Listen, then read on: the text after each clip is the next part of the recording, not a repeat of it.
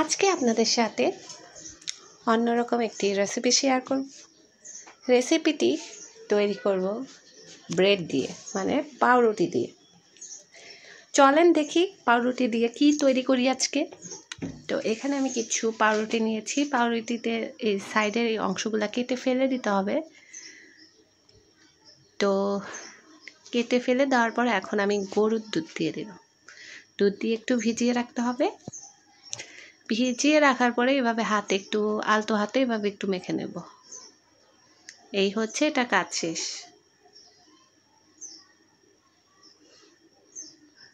আর কিছুই দিতে হবে না। এখানে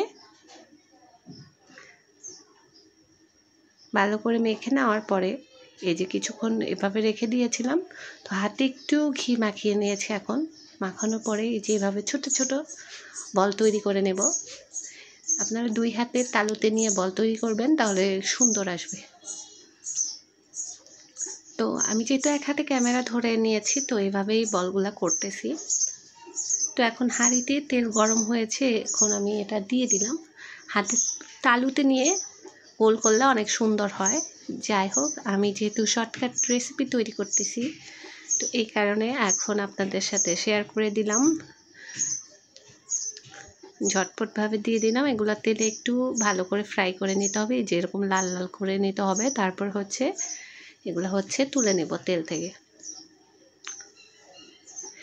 এটা আপনারা বাচ্চাদেরকে যখন বা যে কোনো সময় নাস্তা হিসেবে তৈরি করে দিতে পারবেন। আর এখানে একটু শিরা তৈরি করব, পরিমাণ মতো চিনি দিয়ে দিচ্ছি শিরার জন্য। আর এখানে পানি দিয়ে দিয়েছিলাম। আর এখন একটু ঘি দিয়ে দেব।